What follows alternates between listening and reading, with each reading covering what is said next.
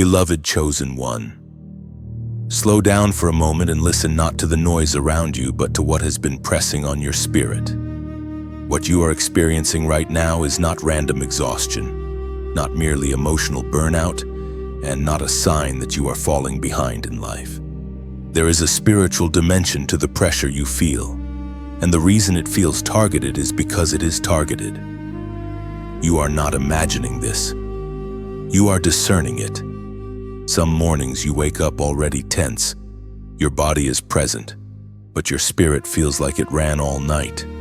You go through the motions getting dressed, commuting, opening your laptop, but inside, something feels alert, guarded, almost braced for impact.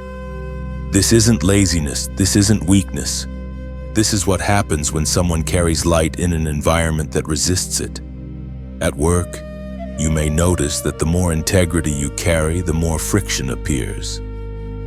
You try to stay honest, focused, and diligent, yet misunderstandings follow you. Your words are scrutinized, your intentions are questioned. Meanwhile, others seem to cut corners and still advance. That contrast can quietly make you wonder if being different is costing you too much. But what if the resistance is not punishment? What if it's confirmation? Look at your finances, and perhaps you've been responsible, careful, even prayerful. Yet instability still tries to knock on your door. Just when things start to stabilize, something unexpected happens: a bill, a delay, a sudden obligation. The attack here is subtle. It tries to convince you that you'll never have enough margin to obey God freely, that survival must come before calling. But pressure around provision is often an attempt to shrink your vision. Then there's your inner world. Thoughts arrive uninvited, doubt, self-questioning. A quiet voice asking, what if I'm wrong? What if I'm not really called? What if I'm just tired and dramatic?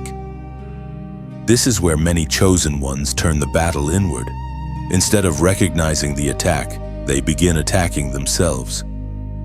And that is exactly what the enemy prefers, because a chosen one distracted by self-doubt doesn't need external opposition.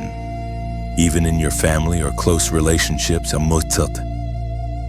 you may feel oddly alone. You love deeply, yet feel unseen. You try to explain what's happening inside you, but the words don't land. You're told to relax, be normal, or stop overthinking, and so you stop talking, or you carry it quietly.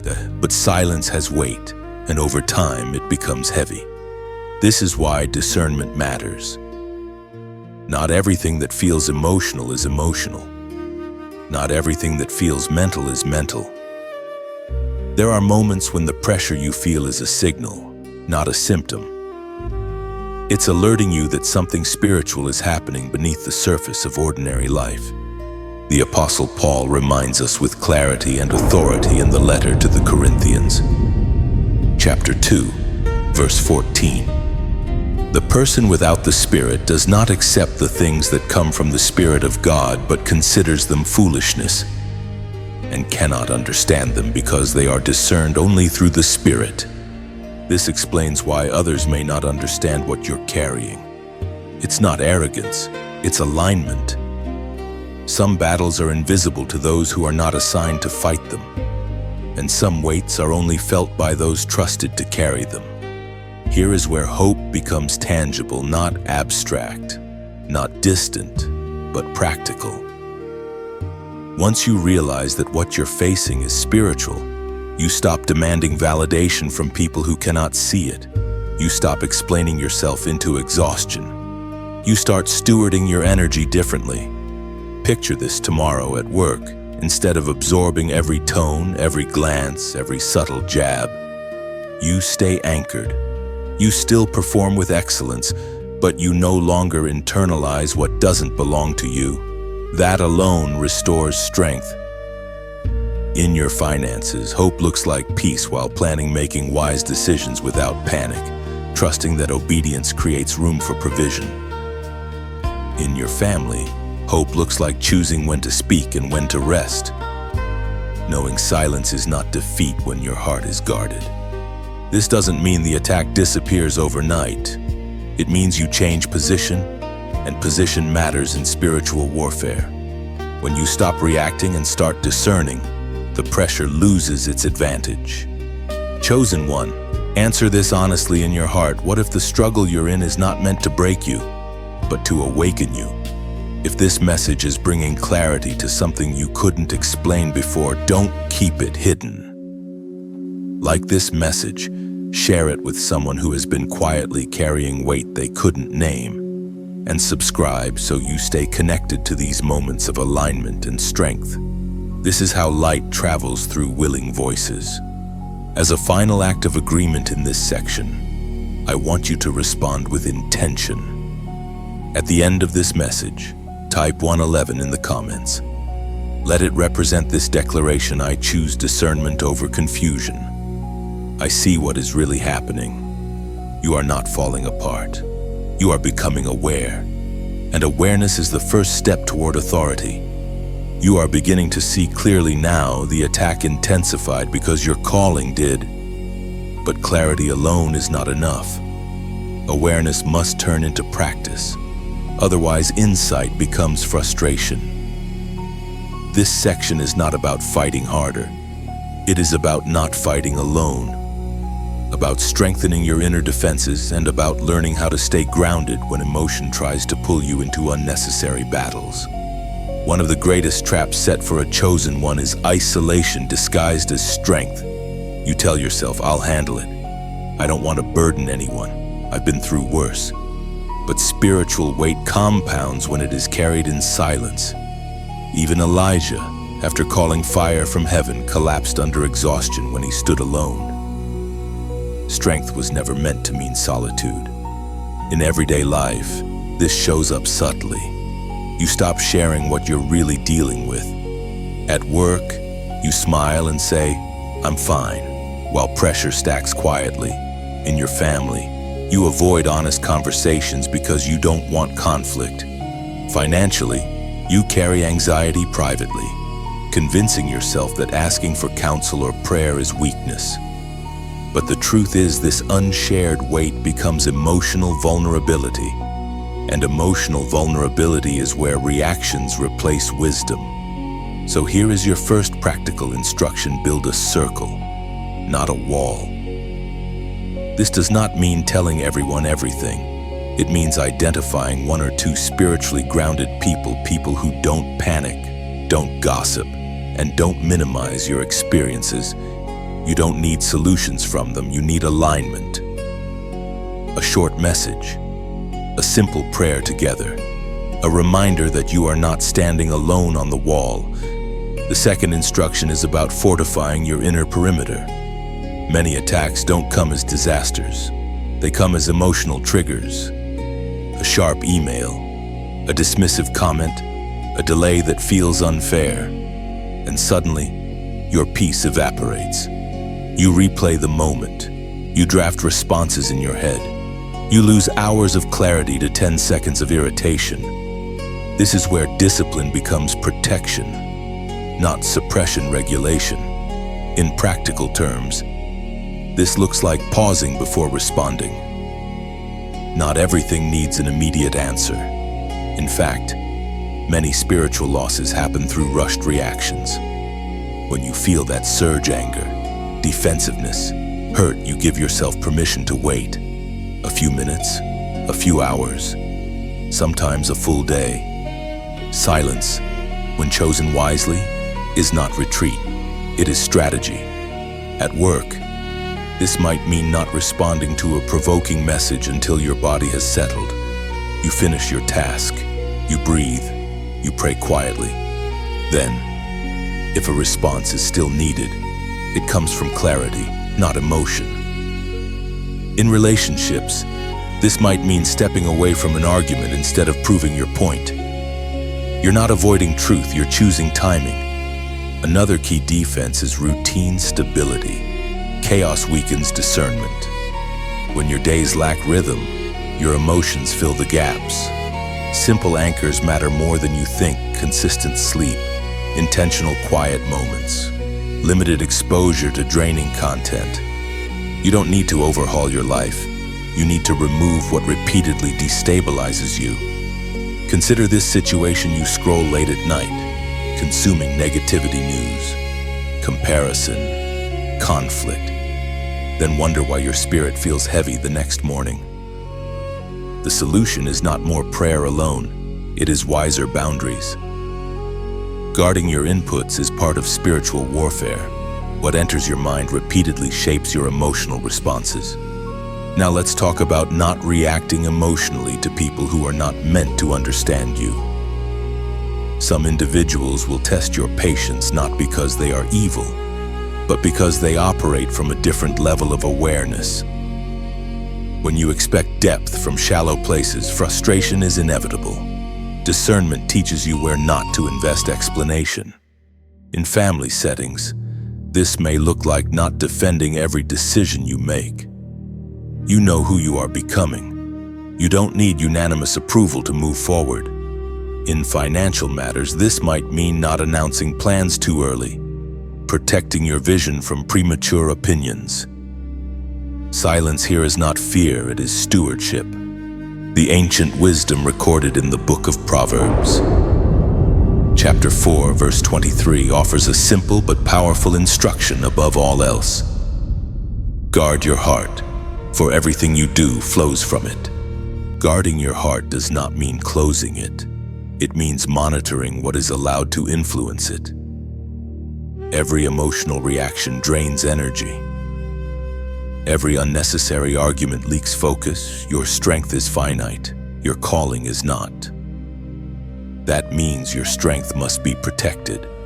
Here is a hopeful image to hold on to. Picture a well-built city. Its power is not in constant battle, but in strong gates. The city doesn't rush out to confront every threat.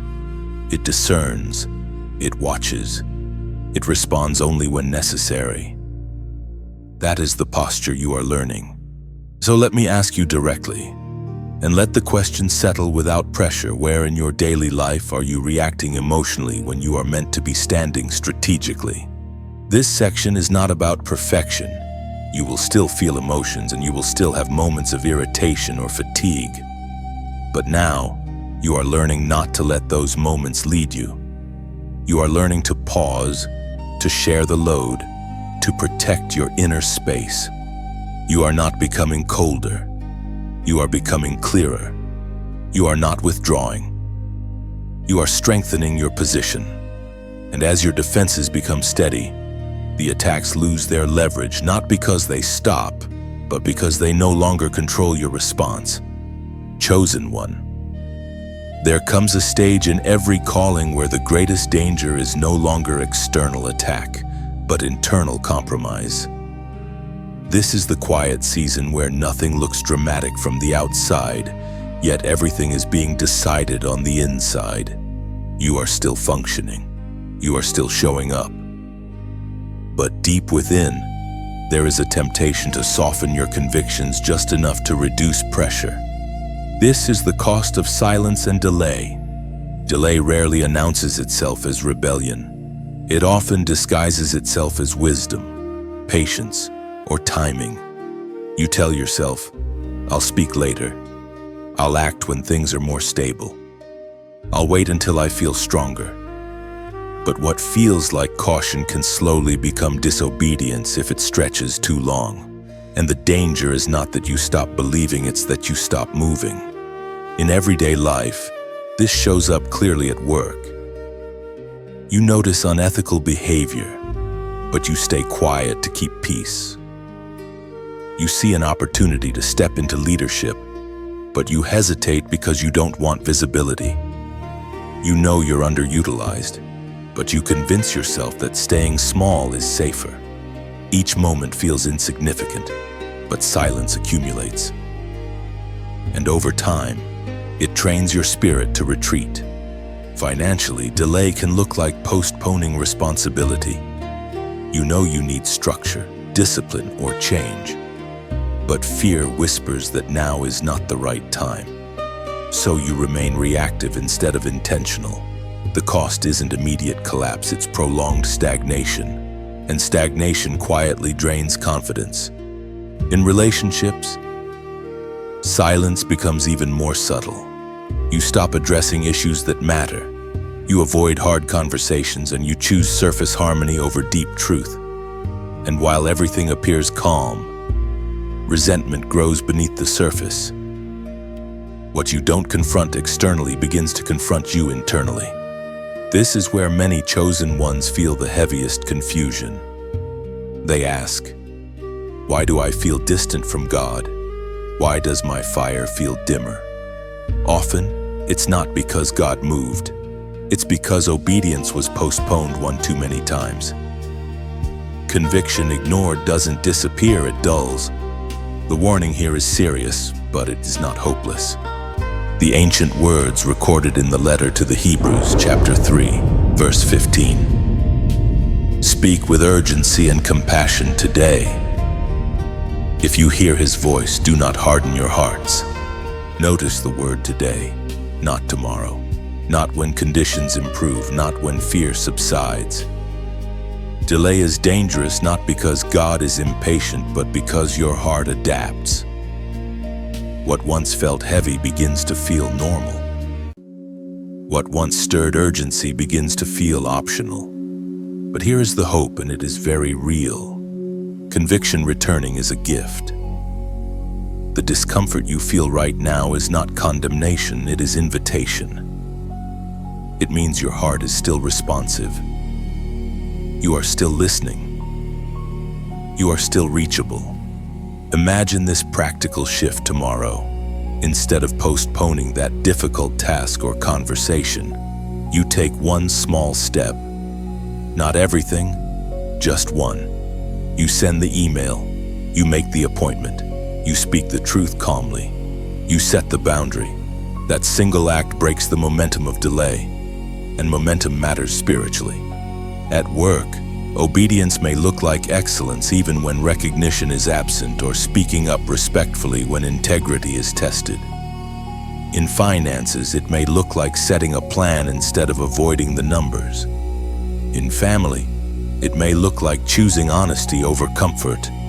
These are not dramatic acts, but they are decisive ones. Here's the key: obedience restores clarity. When you act on what you already know, confusion loses power. Peace doesn't always come before obedience, often it follows it. Let me ask you plainly, without pressure but with truth, what instruction have you heard more than once, yet still postponed? Do not answer out loud yet. Sit with it. Because the moment you acknowledge it, grace rushes in not to shame you, but to strengthen you. God never reveals the next step without also providing the strength to take it. Now, this is the moment to respond not as performance, but as alignment. I want you to comment a short phrase, no more than 3 words. I choose obedience. This is not about announcing yourself. It is about anchoring your decision. When you write it, you are not promising perfection. You are declaring direction. You are saying, I will not let delay decide my future. And here is the deeper meaning behind it. Obedience reopens flow. It sharpens discernment. It restores spiritual sensitivity. The fire doesn't come back through emotion, it comes back through action. You are not being rushed. You are being invited, and today still counts as today. When you write, I choose obedience, you are not claiming strength, you are choosing alignment. You are saying you will move even while afraid, speak even while uncertain, act even before feelings catch up. This declaration breaks hesitation, reactivates spiritual clarity, and signals that delay no longer has authority over your decisions. Chosen one. There is a quiet truth many forget in the middle of spiritual pressure. The enemy does not fear your potential nearly as much as he fears your authority. Potential can be delayed. Authority, once exercised, shifts atmospheres. And the reason the attack once felt confusing is because you did not lose your authority, you momentarily stopped standing in it. Authority is not loud. It does not argue. It does not rush. It settles. It anchors. It shows up the moment you stop asking external voices to confirm what heaven already spoke. Authority is what remains when fear no longer gets the final word. In daily life, reclaiming authority looks surprisingly ordinary. At work, it looks like walking into meetings without shrinking your presence. You don't over-explain every decision. You don't apologize for clarity. You speak when needed and stay silent when silence carries more weight. You stop reacting to moods in the room and start setting the tone. In finances, authority looks like calm stewardship. You don't panic by peace. You don't spiral when numbers feel tight. You plan. You adjust. You act with wisdom instead of urgency. Authority does not promise instant overflow. It promises stability of mind.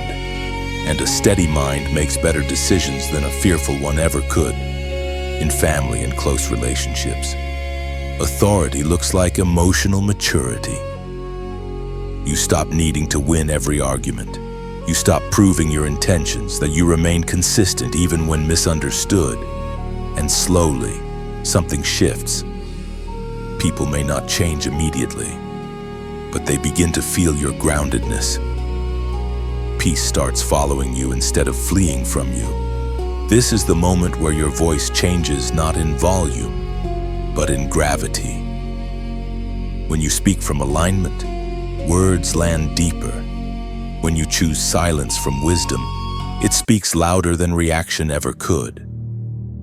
Authority matures when you stop leaking energy into battles that were never assigned to you. The Spirit spoke through the prophet Jeremiah, recorded in the book of Jeremiah, chapter 1, verse 9. Then the Lord reached out his hand and touched my mouth and said to me, I have put my words in your mouth. Notice carefully, authority was placed, not negotiated. You do not earn it by effort alone. You activate it through obedience. When you speak from that place through your words, your boundaries, your decisions, environments begin to respond. Here is a picture of hope that is very practical. Imagine the next moment of tension, an unfair comment, a sudden demand, a stressful decision. Instead of reacting immediately, you pause, you breathe, you remember who you are, and then you respond with intention. That pause is not weakness. That pause is authority engaging before chaos can take control. Authority also teaches you restraint. Not every challenge deserves your voice. Not every provocation deserves your attention. Some battles exist only to drain you. Wisdom helps you recognize when to pass by without explanation. You stop trying to be understood by those committed to misunderstanding you. That is not pride, it is discernment. Let me ask you directly, where have you been giving explanations to people who were never meant to hold your authority? This section is not about becoming someone new. It is about remembering someone ancient within you. Someone refined through delay, strengthened through endurance, and sharpened by pressure. Authority grows quietly, and then one day, you realize you are standing taller without trying. Now imagine this message like a path in a forest. No one pulls you onto it. You step onto it because something in you recognizes it as familiar. You walk it because it feels aligned, not because you were pushed. Some people, when they find a path that leads to water, choose to return to it. Some leave a small sign behind so others don't wander lost. Some decide to build nearby not out of obligation, but because storms are easier when you know where shelter is. If this place feels like that to you, pressing like is simply drawing water again from a well that refreshed you. If someone you know is walking thirsty without language for what they feel, sharing is leaving a lantern lit along their road. And if something in you senses steadiness here, subscribing is choosing to build your tent near a stream that won't run dry. Nothing is demanded. Nothing is forced. These are gentle movements made only by those who recognize nourishment when they taste it. Authority is reinforced through connection. It deepens when you stay near what strengthens you, and it multiplies when light is allowed to travel further than one life. You are not rising through noise. You are rising through alignment, and alignment always carries its own gravity. You remain where strength is renewed, not because you were asked, but because your spirit recognizes home. From this place, authority settles deeper, clarity sharpens, and what once shook you now quietly steps aside as you continue forward. Chosen one. Let us begin this section not with theory, but with a story that has echoed through the heavens for generations, a moment when a human prayer did not merely comfort the soul, but shook the unseen realm. Daniel prayed for 21 days, not casually, not distracted, not as background noise to his life. He fasted, he sought understanding, he stayed faithful while nothing visibly changed. Day after day passed, no answer, no sign, no breakthrough. Yet Daniel did not stop praying, not because he enjoyed the process, but because something in him trusted that delay did not mean denial. What Daniel could not see was that his prayer had been heard the very first day. The delay was not God's silence, it was spiritual resistance. His consistency kept the channel open until the answer broke through. This matters for you because many chosen ones stop on day 7. Some stop on day 14. Not because they don't believe, but because discouragement whispers. If it mattered, it would have changed by now. But heaven measures faithfulness differently than speed. The ancient account recorded in the book of Daniel, chapter 10, verse 12, reveals what was happening beyond Daniel's sight. Do not be afraid, Daniel. Since the first day that you set your mind to gain understanding and to humble yourself before your God, your words were heard. Read that slowly. Since the first day, not the 21st, the first. Now bring this into your daily life. You have been praying about your work, asking for clarity, direction, favor. Yet weeks pass and the environment still feels heavy. You've been praying about finances, asking for stability, wisdom, relief. Yet numbers don't shift immediately. You've been praying about family healing, reconciliation, peace, but conversations remain tense. And the temptation rises to assume nothing is happening. But what if something is happening, just not where your eyes are trained to look? Daniel's prayer teaches you something vital. Persistence is not repetition, it is positioning. Each day he prayed, he stayed aligned. Each day you choose not to quit, not to harden, not to distract yourself away from faith. You are holding ground. In modern life, this looks very practical. It looks like praying even when your schedule is full. It looks like staying disciplined when motivation dips. It looks like continuing to do the right thing when outcomes lag behind effort. Consider this scenario: you are showing up consistently at work, acting with integrity, being diligent, yet recognition feels delayed. Daniel's story reminds you that unseen movement often precedes visible promotion. Another scenario: you are restructuring your finances, cutting habits, learning discipline, yet freedom feels slow. The prayer that reshapes provision often works underground before it rises above ground. Here is the hope, and it is concrete. Persistence builds spiritual momentum, and momentum breaks resistance. You are not repeating prayers because God forgot. You are remaining aligned while systems beyond your awareness adjust. This is also where boldness enters. Daniel did not apologize for praying. He did not dilute his request. He did not shorten his fast because it became uncomfortable. He stayed steady. And steadiness is dangerous to darkness. Let me ask you something directly. What have you been tempted to stop praying about simply because it took longer than you expected? Do not confuse silence with absence. Heaven often works quietly, so fear cannot interfere. The delay you're in is not empty, it is contested. And contested territory always breaks through suddenly once resistance collapses.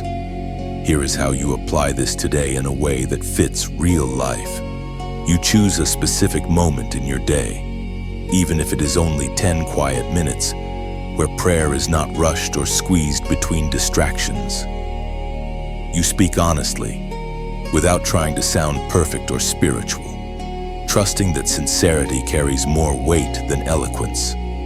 When emotions feel flat or absent, you do not quit, you continue anyway, choosing consistency over sensation. And while you pray, you also keep living responsibly, making wise decisions.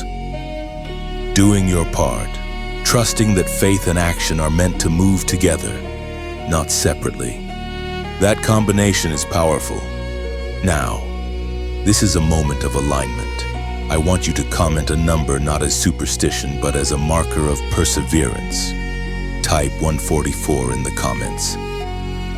Let it represent this declaration: I will not quit before the breakthrough. Why this matters: when you mark persistence, you strengthen it. You remind yourself that delay does not define destiny, faithfulness does. You are closer than you think. Your prayer was heard sooner than you realized, and what is forming now will arrive at the right moment with clarity, not confusion. Daniel's 21 days were not wasted time. They were warfare that ended in revelation, and your season of persistence is doing the same. Stay steady, stay aligned, and keep praying, because heaven is already responding.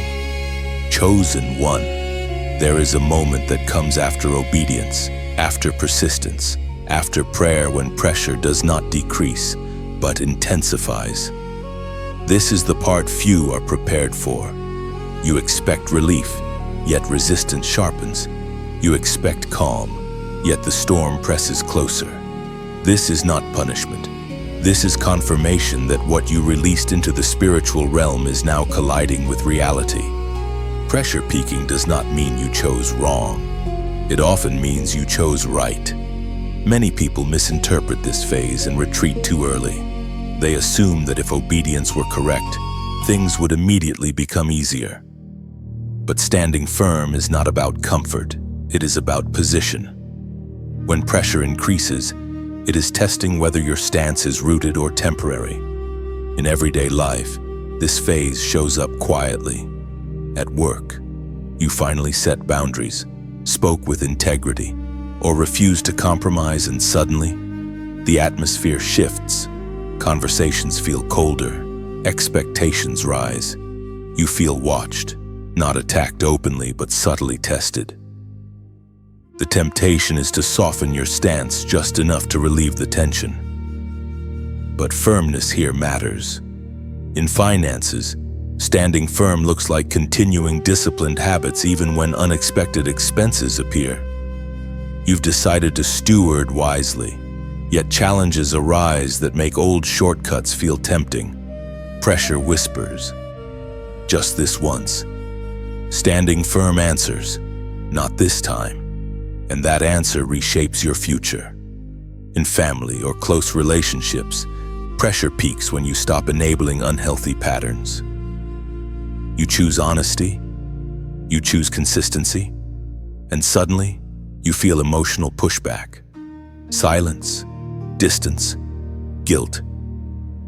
This is where many retreat, not because they are wrong, but because they are tired. Yet firmness here is not cruelty, it is clarity. Standing firm does not mean becoming rigid or harsh. It means staying aligned even when emotions fluctuate. It means your decisions are no longer controlled by the need to immediately reduce discomfort. This is where inner anchoring becomes essential. When pressure rises, emotions demand expression. They want reaction. They want release. But wisdom teaches you to feel without obeying every feeling. You acknowledge the pressure without letting it dictate your posture. The Apostle Paul wrote words that still echo with strength today. recorded in the letter to the Ephesians, chapter 6, verse 13. Therefore put on the full armor of God, so that when the day of evil comes, you may be able to stand your ground. And after you have done everything, to stand. Notice the language, not advance, not escape, stand. There are seasons when standing is the victory, when you do not quit, do not react, do not reverse course. Something powerful happens internally. Your spirit stabilizes, fear loses momentum, and pressure begins to expose itself as temporary. Here is a hopeful image to hold on to. Think of a tree during strong winds. The wind does not break it because its roots go deeper than the surface pressure. The tree does not fight the wind, it remains planted. That is what you are learning. Not resistance through force, but endurance through depth. Practically, this may mean simplifying your responses. You speak less, but with more intention. You explain less, but remain consistent. You stop rehearsing worst-case scenarios and focus on what is required today. Standing firm is often quiet. It rarely feels heroic in the moment, but it changes everything over time. There will be days when standing firm feels lonely, when no one applauds, when no immediate reward appears. But understand, this stability attracts trust. Over time, people begin to rely on what does not shift easily. And more importantly, you begin to trust yourself again. Let me ask you a direct question, not to pressure you, but to clarify your season. What area of your life is currently testing whether you will stand or retreat? You do not need to answer out loud. You already know. This section is not promising that pressure will vanish tomorrow. It is promising that you will not be moved by it. And when pressure no longer controls your direction, its power diminishes. You are learning a deeper strength now. Not the strength of adrenaline or urgency, but the strength of rootedness. And rootedness outlasts storms. Stand, breathe, remain. What you are becoming cannot be shaken by what you are facing. You do not measure progress by noise anymore. You measure it by steadiness, the absence of panic, the return of clarity, the quiet confidence that remains even when outcomes are still forming. These are signs that something within you has settled into strength. There will be moments when nothing changes outwardly, yet everything has changed inwardly. You respond slower. You listen deeper. You move with intention instead of urgency. This is not stagnation. This is alignment becoming embodied in how you live. And one day, often without warning, the pressure lifts, not because you forced it away, but because it no longer finds leverage. What once tried to move you now passes through without effect. You remain standing, not hardened, but anchored. Chosen one. This is the moment where the journey no longer feels like survival, but like sending. You have walked through awareness, discipline, obedience, authority, persistence, and pressure. Now you arrive at something quieter and deeper: assurance. Not arrogance, not certainty without humility, but a settled knowing that you are marked, protected, and commissioned for what comes next. Marked does not mean untouchable. It means recognizable in the spirit. It means your life carries a signature that darkness notices and avoids when possible. Protected does not mean spared from storms. It means storms no longer decide your direction. And commissioned does not mean you suddenly have all the answers. It means you are trusted to move forward with what you already carry. In everyday life, this looks different than people expect. At work, it looks like consistency that outlasts trends. You are no longer scrambling to prove yourself. You show up steady. You finish what you start. You bring calm into spaces that used to drain you. Others may not know why they trust you, but they do. That is marking. In finances, being marked and protected looks like wisdom maturing. You are no longer chasing quick fixes or panicking over fluctuations. You think long-term. You choose stewardship over impulse. Provision begins to feel less like a miracle you beg for and more like a flow you respect. That is protection. In family and relationships, commissioning looks like influence without control. You are no longer trying to save everyone. You model health. You speak when needed. You rest when it's time. And without forcing anything, people begin to feel safer around you. Your presence carries permission to breathe. This is not accidental. This is the fruit of endurance. The ancient words written in the letter to the Romans, chapter 8, verse 37, declare a truth that seals this journey. In all these things we are more than conquerors through Him who loved us. Notice the phrase "in all these things." Not after they end, not once they disappear. In the middle of pressure, in the middle of uncertainty, in the middle of becoming, you are not merely surviving, you are overcoming while walking forward. There is a specific hope here that deserves to be named. One day, you will look back at this season, the confusion, the resistance, the quiet battles, and you will realize they did not delay you. They prepared you. They taught you how to carry weight without breaking, clarity without pride, authority without aggression. Let me ask you one final, direct question: who might find courage simply by watching how you walk from here? Because this is how commissioning works. It is not announced with titles. It is recognized through example. Others begin to follow paths you cleared without realizing it. They drink from wells you protected without applause. Light travels further than you will ever see. Think of this message not as an ending, but as a shoreline. Some people pass through briefly, wet their feet, and move on. Others sit for a while, listening to the rhythm, letting waves recalibrate their breathing. And some recognize that this shore is part of a larger map, that returning here helps them remember who they are. When something nourishes you like that, your response is never forced. It is instinctive. You return because it strengthens you. You leave a sign behind because you know others are searching. You stay connected because growth happens best where roots are watered. If this journey has steadied you, leaving a like is like placing a stone on the path, quietly saying, "This way helped me stand." If you know someone walking through pressure without language for it, sharing is like extending a hand across a narrow bridge, so they don't have to cross alone. And if you sense that these words align you again and again, subscribing is choosing to keep your camp near a fire that reminds you of your calling when nights get cold. None of these are obligations. They are recognitions. They are movements made by those who understand the value of what sustains them. Before you go, I invite you to leave a comment, not long, not elaborate, just a sentence that reflects what this journey awakened in you. Not for performance, but for anchoring. Words have weight when they are chosen with intention.